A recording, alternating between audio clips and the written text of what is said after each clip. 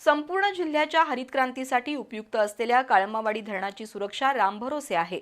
शासन आणि जलसंपदा विभागाचा दुर्लक्ष असल्याने काळमावाडी धरण म्हणजे आओ जाओ घर तुम्हारा अशी परिस्थिती आहे। धरणावर असलेले सुरक्षा रक्षक सेवानिवृत्त झाले, त्यानंतर सुरक्षा रक्षकांची भरतीच केलेली नाही। धरणावर कायमस्वरूपी पोलीस बंदोबस्त नसतो, तर जलसंपदा विभागाचे वरिष्ठ अधिकारी किंवा कर्मचारी मुख्य चौकीवर हजरच नसतात। त्यामुळे काळमावाडी धरणाच्या सुरक्षेची जबाबदारी कुणावर असा प्रश्न आहे। कोणतंही धरण तांत्रिकदृष्ट्या आणि सुरक्षेच्या दृष्टीने सांभाळलं जातं, पण काळमावाडी धरणाची सुरक्षा सध्या तरी धोक्यात आहे।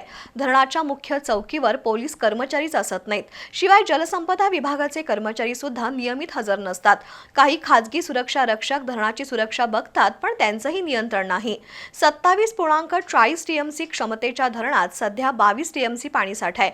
कोणतंही धरण क्षेत्र संवेदनशील मानलं जातं, पण काळमावाडी धरणाच्या सुरक्षेसाठी एकही जबाबदार कर्मचारी असत नाही। केवळ 5 सेवानिवृत्त कर्मचाऱ्यांच्या जीवावर धरणाची संपूर्ण सुरक्षा आहे। वास्तविक जिल्हा प्रशासन आणि जलसंपदा विभागानं या नाजूक विषयात गांभीर्यानं लक्ष घालण्याची गरज आहे, कारण धरणाला कोणत्या पद्धतीचा धोका उद्भवला तर ते परवडणारं नाही। पण काळमावाडी सारख्या महत्त्वाच्या धरणाकडे जलसंपदा विभागाचं दुर्लक्ष आहे। या धरणावर कायमस्वरूपी पोलीस चौकी आणि कर्मचारी नेमावेत, सीसीटीव्ही कॅमेऱ्यांची संख्या वाढवावी, वरिष्ठ अधिकाऱ्यांनी काळमावाडी धरणाला अधूनमधून भेट द्यावी अशी ग्रामस्थांची मागणी आहे।